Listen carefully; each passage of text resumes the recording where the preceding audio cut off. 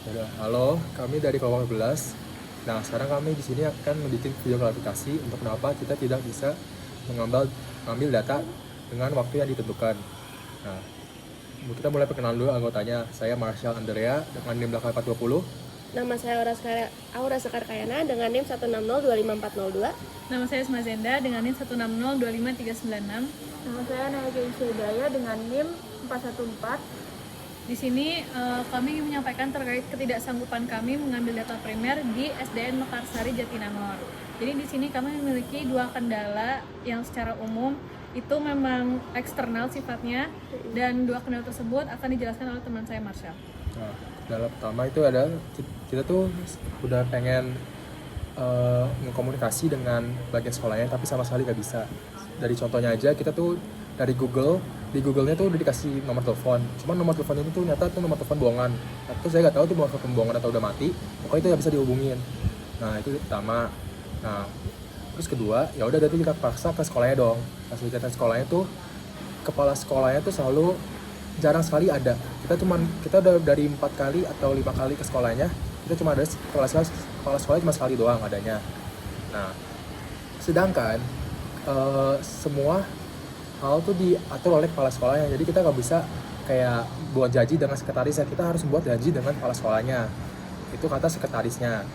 Nah, setelah itu ya udah dong, setelah kita pertama kali ketemu kepala sekolahnya, kita dapat dong nomor telepon kepala sekolahnya. Namun setelah saya hubungin nomor telepon tersebut, walaupun bisa dihubungin, cuman nggak pernah dibaca.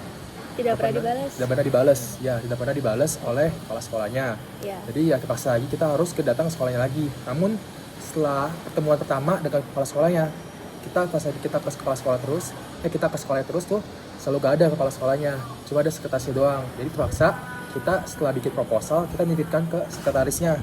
Nah, masalah kedua adalah setelah kita dapat surat proposal itu belum ada balasan lagi doang sama sekali.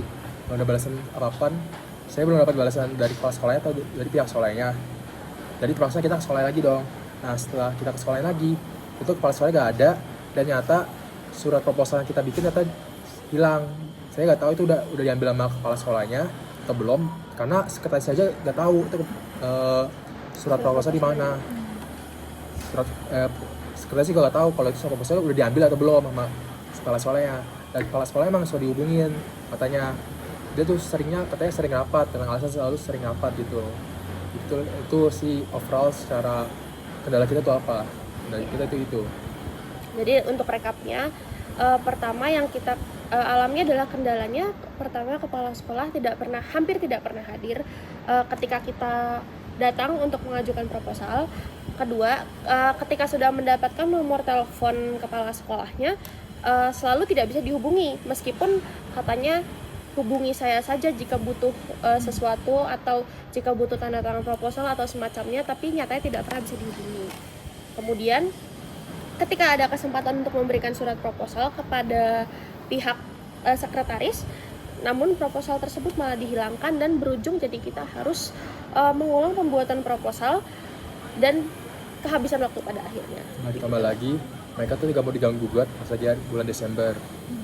Tapi namun ya karena mereka selalu mengulur waktu, kita terpaksa sudah sampai bulan Desember dan kita belum bisa punya kesempatan untuk melakukan studi riset di sekolahnya. Dan sekali lagi, kenapa kita bisa? Karena kita belum dapat persetujuan dari kepala sekolahnya.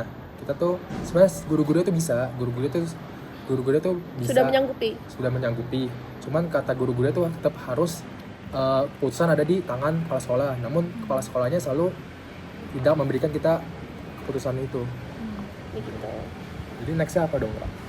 Oke, jadi karena kita tidak bisa mengambil data primer dari sekolah SDN Negeri Mekarsari Jatinangor, kita itu sempat ingin pergi ke sekolah yang ada di seberangnya, yakni SDN Sayang Jatinangor.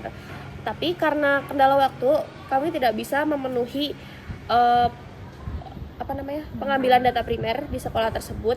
Akhirnya kita memutuskan untuk mengambil langkah dengan studi literatur mengenai program pengembangan dari minat numerasi yang berkurang dari anak-anak SD, begitu. Ya, itu aja dari kami. Sekali lagi kita mohon maaf sebesar-besarnya apabila kita ada kurang-kurangnya. Nah itu aja sih. Ya. Terima kasih. Terima kasih sudah mendengarkan.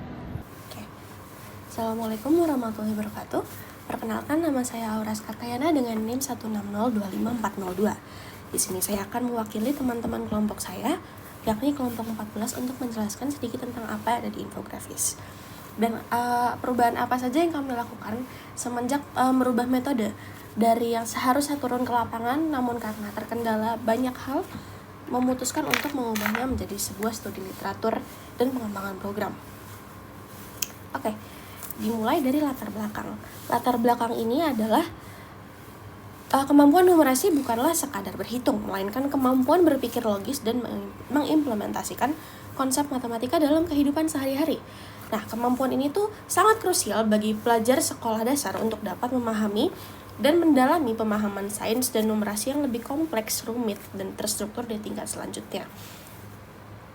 Nah, kenapa kita bisa menyimpulkan hal ini sebagai latar belakang?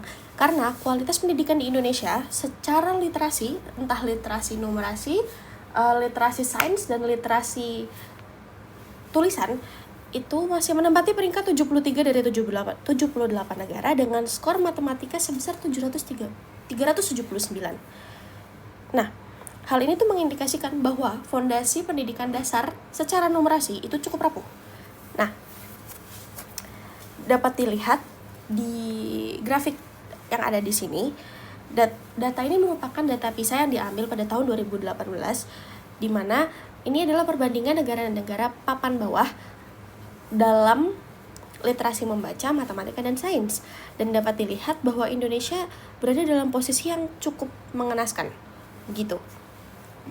Dan ini adalah data untuk anak-anak yang berusia kurang lebih 15 tahun atau menduduki sekolah menengah pertama SMP.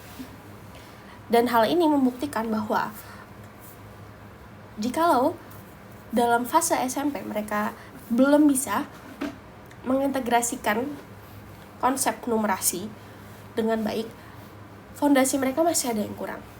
Maka dari itu kita memutuskan untuk mengambil penelitian tentang bagaimana caranya memperkuat fondasi dari tingkat sekolah dasar. Karena apabila dari sekolah dasar sudah tidak bagus, maka selanjutnya juga tidak akan menjadi bagus gitu. Nah, hambatan utama yang banyak orang temukan, terutama dari studi literatur yang kami temukan yang ada di laporan, adalah metode pelajaran konvensional yang monoton sehingga menciptakan persepsi bahwa numerasi itu rumit. Dan hal itu menurunkan minat belajar siswa sejak awal gitu. Didukung dengan kurangnya pembiasaan terhadap implementasi, maka numerasi itu menjadi kayak musuh, tanda kutip musuh bagi anak-anak sekarang gitu. Nah, rumusan masalahnya: dominasi metode pasif, pembelajaran satu arah dan minim interaksi membuat siswa cepat bosan dan sulit memahami konsep. Hal ini tuh banyak sekali ditemukan karena tentunya ya, dalam sebuah pembelajaran guru tuh tidak semua guru itu akan menerapkan metode yang modern, dan kebanyakan tuh masih menerapkan metode yang konvensional. Apa sih maksud dari metode konvensional? Konvensional itu cuma murid sebagai pelajar itu duduk mendengarkan dan berusaha memahami materi yang dijelaskan di papan. Itu adalah metode konvensional. Nah, karena hal ini tuh membuat siswa itu kurang paham dengan kontekstualitas dari matematika ke dunia nyata. Contohnya, karena ketidakrelevansian itu, siswa tidak tahu nih, misalkan matematika itu ternyata memang digunakan untuk kehidupan sehari-hari seperti jual beli, terus interaksi antar orang-orang, itu juga menggunakan matematika. Nah, jadi kebutuhan yang kita miliki adalah kebutuhan inovasi, yakni diperlukan transisi dari pembelajaran berbasis teks menuju pembelajaran berbasis aktivitas dan pengalaman. Kemudian solusi yang kita punya adalah pertama, metode drilling dengan sistem reward per milestone, di mana konsepnya ini adalah latihan soal rutin dengan tingkat kesulitan yang berjenjang. Ini tuh maksudnya bagaimana sih? dapat dijelaskan bahwa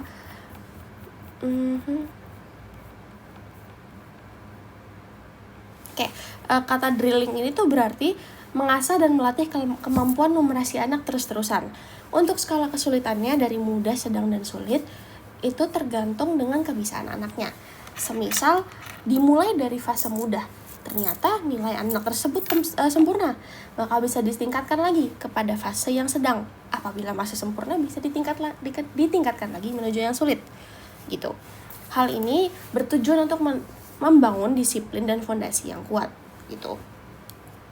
Nah, kemudian ketika kesempurnaan itu tercapai, dapat diberikan sebuah reward atau hadiah atau apresiasi. Apresiasi ini tuh berguna untuk memotivasi murid untuk bekerja lebih keras lagi, kemudian saya bisa. Karena kepercayaan diri itu diperlukan untuk menyelesaikan sesuatu secara bertahap. Nah, pencapaian terukur atau milestone ini dapat ditentukan berdasarkan tingkat kesulitan soal atau tingkat kesempurnaan pengerjaan anak. Semisal ada KKM sebesar nilai 75 misalkan. Atau dari 10 soal benar 7, itu sudah mencapai kriteria minimum. Dengan begitu, apresiasi dapat diberikan. Nah, hal tersebut akan memicu anak untuk bekerja lebih keras lagi. Gitu. Kemudian ada math games. Nah, konsep ini tuh adalah mengubah pembelajaran pasif menjadi aktif. Maksudnya dari aktif ini tuh bagaimana sih? Karena kalau dalam permainan antara murid dan guru, itu akan menciptakan interaksi yang tidak satu arah saja. Karena biasanya dalam penjelasan, guru akan menjelaskan satu arah kepada murid. Nah, ketika permainan dilakukan, maka akan terjadi interaksi dua arah dan akan menemukan relevansinya juga dengan dunia nyata. Contohnya adalah memanfaatkan naluri kompetitif dan rasa senang dalam naluri anak gitu ya. Contohnya adalah treasure hunt atau mencari soal tersembunyi untuk melatih kecepatan dan ketepatan berpikir dalam suasana menyenangkan. Ini maksudnya tuh bagaimana sih? Semisal, guru dapat menyembunyikan beberapa potong kertas yang berisikan soal matematika di sekitar ruang kelas. Anak itu harus mencari kertas-kertas tersebut untuk menjawab soalnya. Apabila ada yang berhasil menjawab dengan cepat dan tepat, maka anak tersebut adalah pemenangnya. Dan kemudian hal ini bisa kembali lagi ke awal, yaitu adalah reward per milestone, di mana hadiah dapat diberikan untuk memacu rasa semangat anak-anak yang lain. Gitu. Kemudian terakhir ada integrasi kontekstual. Nah, maksudnya dari integrasi kontekstual sendiri adalah sempat saya sebutkan bahwa murid itu tidak menemukan relevansi antara matematika dan kehidupan dunia nyata. Karena seperti yang diketahui banyak orang, seringkali anak-anak itu berkata, buat apa sih belajar matematika? Kan nggak dipakai nanti waktu kerja atau di dunia nyata. Begitu.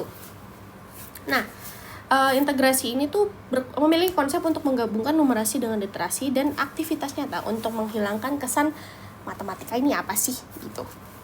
Nah, beberapa strategi atau metode yang kami dapat proposalkan adalah bermain peran seperti simulasi bermain jual beli. Misalkan membeli sebuah apel seharga 10.000, kemudian diberikan diskon 20%, maka harga selanjutnya jadi berapa? Seperti itu. Dengan begitu akan menemukan relevansi antara dunia nyata dan konsep matematika. Kemudian storytelling atau menyelesaikan masalah numerasi melalui narasi cerita. Seperti soal cerita, Budi memiliki 3 buah permen, kemudian ditambahkan dengan 2 permen dan dicuri 1 permen lagi. Hal itu dapat menjadi sebuah logika nalar yang mengintegrasikan matematika di dalamnya gitu. Kemudian untuk media visual adalah penggunaan kartu angka interaktif. Kartu angka ini apa sih? Itu dapat dilakukan untuk permainan seperti 10 dibagi 2, apabila diberikan soal 10 dibagi 2, maka anak tersebut dapat mengeluarkan kartu 5. Begitu. Dan hal itu tuh dapat mengintegrasikan konsep lain selain angka. Karena kartu ini bersifat sebagai media eksternal. Dan itu dapat meningkatkan logika dan persepsi anak. Seperti itu. paling tidak itu adalah beberapa hal yang dapat saya jelaskan dari infografis yang kelompok kami buat. Semoga dapat dimengerti dan semoga hasil yang kami dapatkan bisa cukup memuaskan meskipun tidak bisa jadi turun ke dalam lapangan. Sekali lagi saya mengucapkan terima kasih dan mohon maaf yang sebesar-besarnya apabila ada kesalahan dalam penggunaan kata. Wabillahi taufiq wal hidayah. Wassalamualaikum warahmatullahi wabarakatuh. Terima kasih.